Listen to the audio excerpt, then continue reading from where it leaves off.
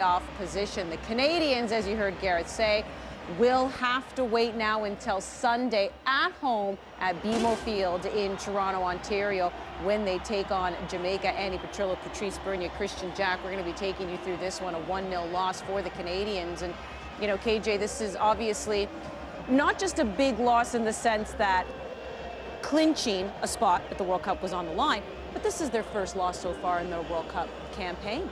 Yeah, and a loss that I think we can take a tremendous amount of positives from. That's not me sitting here, as a homer. It's just a fact. In the end, anybody who watched that game of football, neutral, Costa Rica fan, Canadian, would say that Canada were the far superior side in the second half. Now, ultimately, they had far less to lose than Costa Rica, so sometimes that is easier to be braver. Costa Rica got very, very tight, very, very deep, and I thought quite negative. In the end, it worked out for them, but, John Herdman threw everything on he could in that moment. Patrice just couldn't get the goal. Yeah, definitely got to say brave by the part of Herdman, because I've rarely seen a coach, while you're down 1-0 and one man behind, usually you tend to put fresh defensive legs to hope that you don't get scored on. But he decided to put offensive players and go all out. This is probably the best performance in a half of Canada in the whole campaign. If you take in terms of possession, creating opportunities, they couldn't score this time, but as you mentioned, Christian, this was Costa Rica showing that they were far superior. We saw at the last few minutes where 11 men behind the ball at the top of the 18, and they're the team with a man up. So unfortunate for Canada.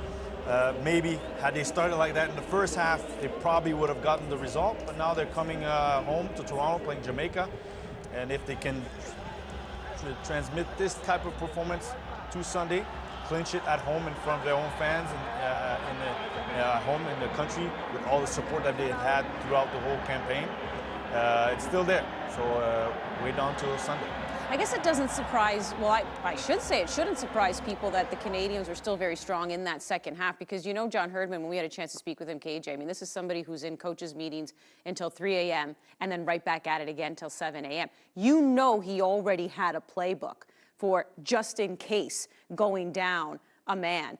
But it's still, did it surprise you that he was encouraging the team to still push forward, and they were able to do that successfully? I mean, it's the goalpost getting man of the match in this one. Yeah, a little bit. Yeah, I do think the scenario and the cushion that they've built up helped them to be a bit more courageous.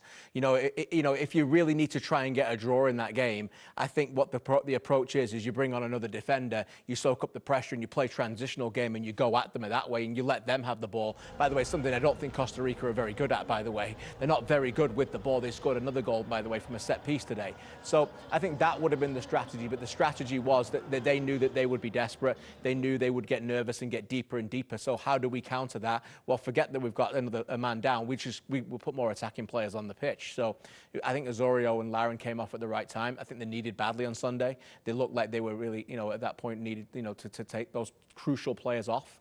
And again, look, move to Sunday. It's fine. It's not ideal. Everybody at home, I'm sure, we're hoping to celebrate and party here. But, the key thing here is the schedules for Sunday. Canada plays first.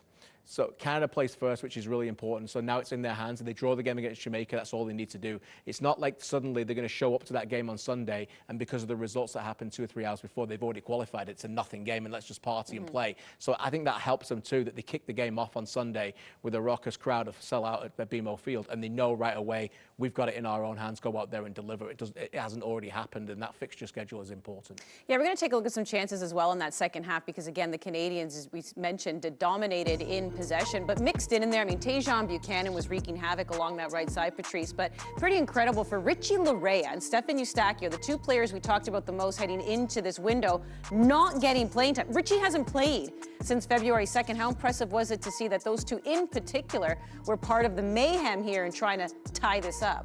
I think in a way it could have been good because they're fresh. Meaning that we all know that every player wants to play, but at the end of the day, they're coming in fresh legs. They want to prove. They want the eagerness of not having the playing time at club, and the moment they are in their careers and knowing with the national team. It was great performance.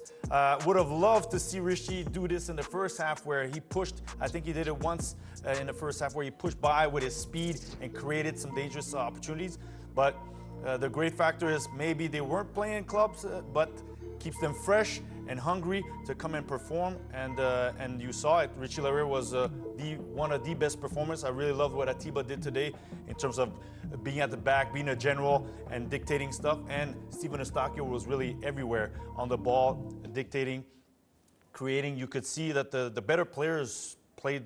Everybody played well, but you know, the players that you wanted to shine actually did, which was Atiba, Steven Eustáquio, and Richie Laryea. Tejan Buchanan brought up some flair and some enthusiasm in the second half. But that's what I think you want to see from the get-go, and that's what we got accustomed to seeing Canada is pushing the teams, going vertical like they did in the second half. But let's see on Sunday against Jamaica if they can do that from the first minute. Well, Herdman wasn't sure if he was going to play Eustáquio and Laryea the 90 minutes. I don't know if they can go the 90 minutes. Well, they definitely did here, and I guess it's to no one's surprise that Richie Laryea is the Gatorade performance of the match here. And what did you just see from Richie's game, you know, as I come to you with this one now, KJ, here, that, you know, made you think, hey, this guy hasn't played, but it doesn't seem like he missed a beat. I never had any concerns about him not playing for a couple of reasons. One, because of his mindset, and two, because where he's training every day right now is at Nottingham Forest, who've been phenomenal. They've lost one league game in the last 11. They're one of the best informed clubs in all of England, and he's playing with outstanding fullbacks like Spence there, and he's getting outstanding training every day under Cooper. So it's not like he's suddenly, you know, been cast aside in the wilderness and he's not getting competitive minutes. He's getting them every day in a brilliant environment, in a winning mentality right now that pushed Liverpool on the ropes in the FA Cup. So I think I never was worried about that coming into this. You don't often become a spare man when you're down by down a man tactically, but he was the spare man today. Because they stretched the game so well, Costa Rica played so narrow, there was always space out wide. And that's why even when Johnston went off, they kept him out there because they knew he was causing havoc down that left-hand side. Fuller had a hard time with him the entire time. And, you know, a lot of the things that went well for Canada tonight came down that path. I thought Hoylett coming on was bright. I was delighted to see him come on because he had something very different to Canada, Hoylett, and I was worried about him being injured. So you can see there Laryea with a lot of numbers today and quite rightly the performer of the match for Canada. So Canada goes down in this one in the 46th minute. It's Borges who scores the goal. And this could have been ugly for the Canadians because not only do they go down a man and concede a goal, but we always talk about the timing of the goal in particular, Patrice. I mean, the first half is coming to an end. That's when you're getting ready to go into the room and, you know, recap and get ready for the second half. That could have been devastating. But either way, I mean, Borges gets the goal, and this is somebody who, you know, we haven't seen. The Canadians didn't face him, you know, back in November. We knew that we would see somewhat of a different Costa Rican side as they got used to each other. Their new coach coming on in June of 2021. What did you just make of him scoring that goal? Oh, yeah, you saw that the Costa Rican national team, the starting 11, they got Waston back, they got Joan Venegas. Players with a lot of experience. They've been here before, and you could see that they want that qualification. They know that maybe they're not at the same point as Mexico, US, and even Canada, but they're fighting for that third or fourth spot. And they use the momentum of being in front of the crowd at home, using the energy, the emotions about it. Probably drained them for the second half because they were still a man up, but they got the result. They're in the picture and they know they're playing El Salvador and they're gonna have to play the US. So this is a crucial victory for them. And for Canada, it's just to realize that, you know, they played a team that started off very well. Had they maybe started the game a bit faster in terms of going at goal for Canada, they probably would have come up with a draw, even a win. But Costa Rica, experience played here, and Borges to get a goal, a player who has several caps and has been there before with them, with Brian Ruiz coming in. You know, they are able to soak up this pressure. Canada was trying to go for their third straight clean sheet. We've seen Milan Borjan come up with some pretty big saves, but he was called upon here again. It would have made for an excellent story if he made this save, and then, of course, they were able to tie it up. But this is the all-state save of the match. How about the wheels, too, though, on Atiba once again, KJ? But this is where Milan had to be on his game as well. Yeah, it's an interesting choice, actually, to stay deeper than he would. Usually you'd see at that point, I think the goalkeeper would be further out. But what I think he did there was he recognized how quickly Campbell got beyond him, and so he didn't want to come out and commit, because at that point, I think you're giving Campbell a chance to beat you a little bit easier, Patrice. So, you know, again, it's another game where Bojan was needed. There's been every game where he's needed to make a save at that point, and it was crucial because it galvanized kind of to keep that belief that they could still get a goal right to the final whistle. Yeah. We talk about the attack because, you know, you have Larin, we have Jonathan David with Tejan Buchanan, but Milan has been probably the best player in terms of the campaign, making those quality saves. And yeah, he could have came out, but he stayed big, stayed patient, and probably saw Atiba also being able to make a play. So right now, they didn't get the result, but it was a crucial moment to keep it alive. And he's been stellar. Every game seems to be able to pull off the save that keeps the players in front of him confident, and still that belief that they can go and get that result. Quickly, it isn't that all bad tonight for Canada. The other thing you have to say is it's actually really good that Panama didn't win the game, because Costa Rica now go up there, so the gap between first and fourth is longer. So theoretically, we're all talking Canada have to qualify, they need a draw, we know that, but the enormous difference between goal difference for Canada to Costa Rica, they're going to make the World Cup, guys. We know that now. It's an enormous difference for them not to do that. It needs to be pointed out that even though they're not qualified officially, it's almost done, and the fact that Panama did not win tonight only helps that cause. That makes me feel a lot better there, KJ. See, the voice of reason. And okay, so from a nerve perspective, you do have to wait another day, but how about this? The game is at home. Wouldn't that be sweet for the Canadians to get the job done on home soil as they take on Jamaica? That'll go Sunday, 3 p.m. Eastern time. We will get you set up for that one. But on this night, it is a 1-0 victory for Costa Rica as they look to make their third straight World Cup appearance.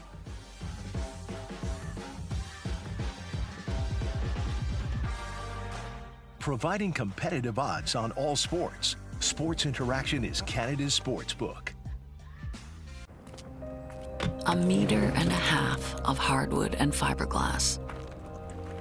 250 square meters of ice. All mean nothing until someone brings them to life. To forge the unbreakable and defy the impossible. Humanity drives everything, and it's what inspires us at Toyota. Because everything in this world is ours to bring to life.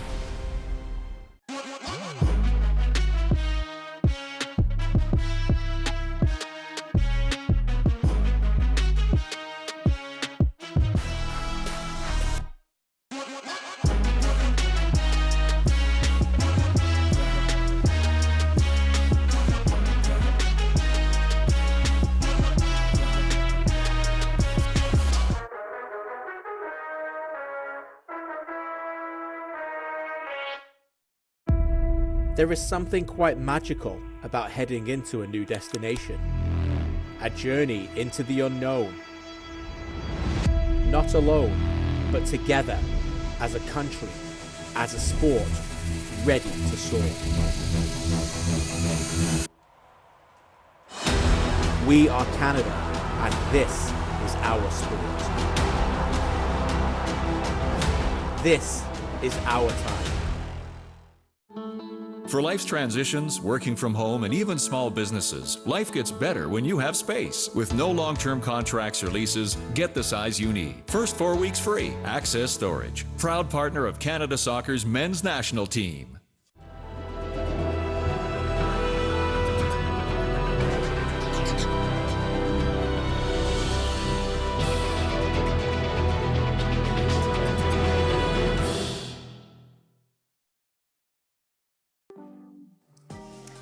Full-time stats brought to you by Toyota. And yes, even though they went down a man in the 34th minute, the Canadians ending this one with 68% possession, 18 shots, 3 of them on target, and the goalpost decided to deny the Canadians a draw here. So they stay on 25 points. USA, Mexico, they draw. They both go to 22. But that was a huge victory for Costa Rica because the full 3 points for them. Panama drew with Honduras, means they go ahead of Panama. That 4th spot goes into a playoff. And KJ, as we also try to just make sense of the standings here, I mean, worst case scenario for the Canadians, I guess this is still why you seem to be pretty calm about why they will clinch in the next 2 games. Everyone should be calm.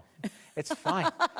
The plus 13 goal difference. It's fine, guys. Costa Rica are +2. You know, at the end of the day, it's all good. And Sunday's going to be a party that everyone can enjoy it. So it's fine. Yes, it's not ideal. They didn't win the game.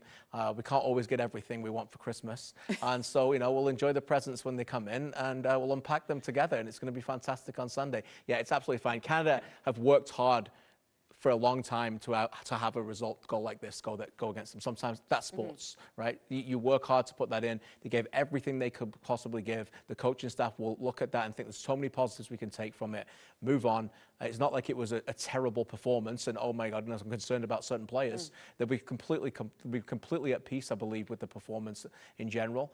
And as I said, the standings, we should be smiling. Panama don't have 20. That's very important.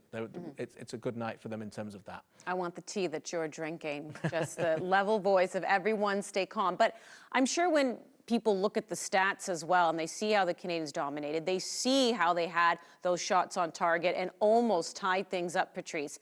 And you know it's inevitable, because it's just human nature, that you start to think, what could have been if we were at 11 men? You know the fans are probably asking that. So we go back, obviously, to what led to the red card, and that would be Marc-Anthony Kaye. So in the 15th minute, he ends up getting a yellow, and it goes to VAR to see if it could be upgraded to a red. Do you agree that it should have stayed a yellow, which it did? Yeah, definitely. As we review it, you'll see that he's going in there quite fairly and putting his foot normally, as they teach you, to go there, protect yourself a bit, but not being vicious. And that was the right call by the referee, who was right there and who saw it clearly and had to review it and took time to review it, but made the right call. It was the second situation which led him to be sent off, where could have managed it better, knowing that, you know, you're in talks, the other player hit you after your pass, deal with the situation, you just got booked, so that means you're on the radar of the referee.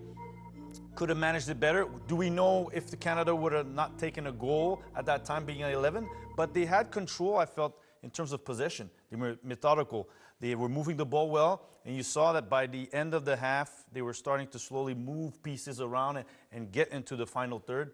But it would have been, we won't know, but maybe with 11 players, could have stayed 0-0, and that push in the second half would have gone to towards going the victory. But yeah, definitely it's a part of the play where had they stayed at 11 and Marc-Anthony was playing actually quite good, we saw some sequences where he's the one who was dictating the play. He could have helped getting the result, but now we'll never know. It was a stellar performance, being 10 against 11. But we'll find out. Now he's not there for Sunday, which will be interesting to see now if Atiba goes into the midfield and who comes Steven Vittoro or somebody comes in the back, Donald Henry, and to push. I think they have to take that second half and start like that. Like he said, no panic, great composure today, 10 against 11. Now, can we get composed so that we stay 11-11 and go get the victory and the qualification on Sunday? Quick question, because I know a lot of people are already asking, could the ref have withheld that yellow just knowing that he was on a first? Or were his hands tied in that type of situation? Well, no, it's a second yellow card. Yeah. You know, the referee with the letter of the law got it completely right. You know, ultimately, it's a second yellow card. Marc-Anthony Kaye knows that too, by the way. Every player on the pitch knows that. Here's what doesn't matter now. Here's what doesn't matter. He got sent off. Here's what does matter. How they handle that internally and how they manage Marc-Anthony Kaye. Because he's going to be very, very difficult mentally right now. He's going to struggle with that because he's extremely competitive. He loves his teammates. He loves Canada. And he loves playing for Canada and doing whatever he can. And he now knows that he let his team down today. He knows that. He doesn't need me to say that. And he knows he can't play on Sunday in the biggest game Canada may play for 30 years. So how are they going to manage him? And that's why you have leaders on that team that will manage Marc-Anthony Kaye. They may not do it tonight, but they'll manage him, and they've always done that, no matter what obstacle, whether it's on the pitch or off the pitch, and there's been a lot of them. Marc-Anthony Kaye told me a story. He got traded from LAFC, where he was a massive part of that team, and he found out on the coach when he was with Canada during Canada camp at Gold Cup. He found out then. So in his low moment, at that moment, it quickly turned to a positive, and he's been brilliant for Colorado, by the way. But at that moment, it was a shock. Who was there for him? His teammates. They gathered around him and they were there and gave him a safe place to be himself, and now they have to do the same. Now the adversity comes. Now in sports, that's what happens. Now the adversity comes, the team rallies around him and it's there for him now. And he will become better for it because now he has that safe place in that environment to be able to listen and learn and understand that his players and his teammates, Patrice, are not going to have a go at him for it. And not just in this third round, but in this entire World Cup qualifying campaign that began March 25th, 2021. How will they respond on Sunday? Big victory, though, for Costa Rica.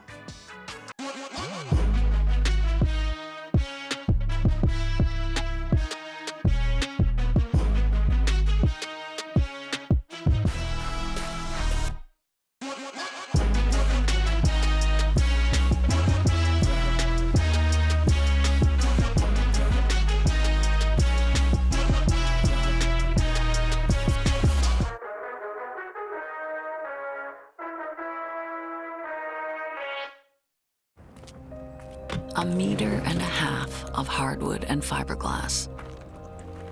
250 square meters of ice. All mean nothing until someone brings them to life. To forge the unbreakable and defy the impossible. Humanity drives everything, and it's what inspires us at Toyota. Because everything in this world is ours to bring to life. A new era for Canadian soccer begins today. Experience the emotion of every match. Watch all the highlights, the breaking news, the best debates, and analysis. And all the information about the Canadian stars playing abroad. Get access to the best of Canadian soccer from any device. Join the new dawn of an unstoppable game. See the rise on onesoccer.ca.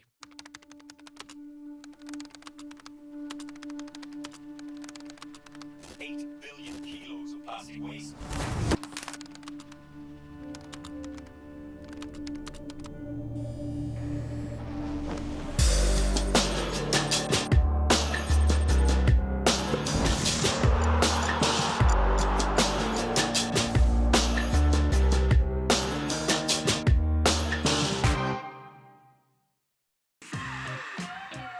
Here are the results from today. El Salvador officially eliminated with that 1-1 draw against Jamaica. Panama making things interesting for Costa Rica with their draw against Honduras, so that's why it was a massive win for the Costa Ricans as they leap in front of them. Mexico, United States, they end in a scoreless draw. Let's hear from head coach John Herdman. John, the first loss of qualifying, but given that second half performance, a man down, you can build on that, I'm assuming, for Sunday. Well, it's a tough loss tonight. You know, we would love to have put this team in Qatar, but we'll save it. We'll save it for when we get back to our hometown and our own country. You know, for me tonight, that we could have stayed till 2 in the morning and that goal wasn't going to wilt. You could sense it. You know, I think after the first 20 minutes, we felt their intensity, and then I thought we took control of the game. It just felt like, yes, this is where we needed to be. We got through the toughest part, and then the card came. But after that, the response was amazing. I thought these players did their country proud tonight. You know, all that we missed was that final effort, that goal. And I think they did everything to take it. So, look, this is football. We've won 17 games where we've had the football gods with us. They weren't with us tonight. And it's made us hungry to come back home and take what we need to take. For Mark Anthony, obviously, it was a harsh lesson about the pitfalls of Concacaf. Fair enough to say? It's football. I mean, pressure does things to people. We're only human. You know, big moments, big occasions. And again, he was just finding his rhythm in the game. You could see he was starting to boss it. But I think there was a few things went a little bit unnoticed, a few after the balls, and he was carrying something there. So, look, we're a brotherhood. We'll live and learn. We got a little bit humbled tonight with the result.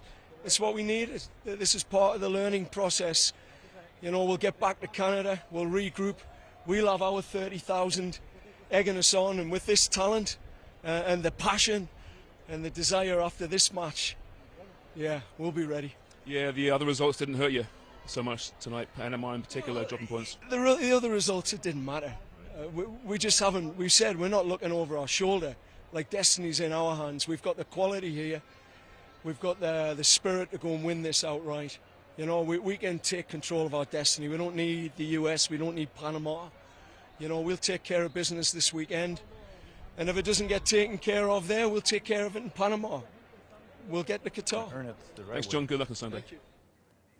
So let's call a spade a spade. If the Americans had lost, then the Canadians would have gotten through with a loss. That would be a little anticlimactic. I think you could sense it. They want that. They want to earn it. After all the journey, you know, they want to go out there. They don't want to hear the United States just got beaten in Mexico. You guys have made it. Of course, it would have been a special night. They would have celebrated, and nothing would have mattered. But go out there and earn it yourself. Yeah, I think the mindset from the get-go from John Herdman instilled into his group was winners, be winners, go and get it. Go out, every game is a possibility that we can go and be superior. And now they have a chance in Toronto at home to do it, and not via someone else's result, get it themselves. The odds are definitely still in their favor, and we look forward to Sunday's match on home soil against Jamaica at BMO Field. But on this night in San Jose, Costa Rica, it did belong to the home side. A 1-0 victory for them as World Cup qualifying campaign continues. We'll see you Sunday.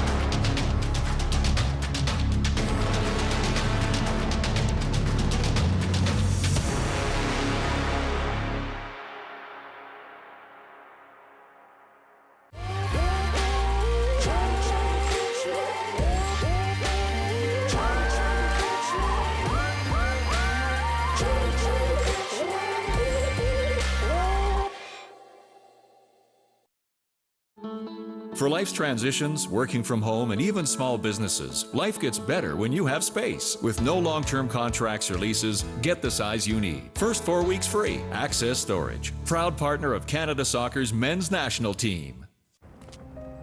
1.5 meters of hardwood and fiberglass. 250 square meters of ice. All mean nothing until someone brings them to life.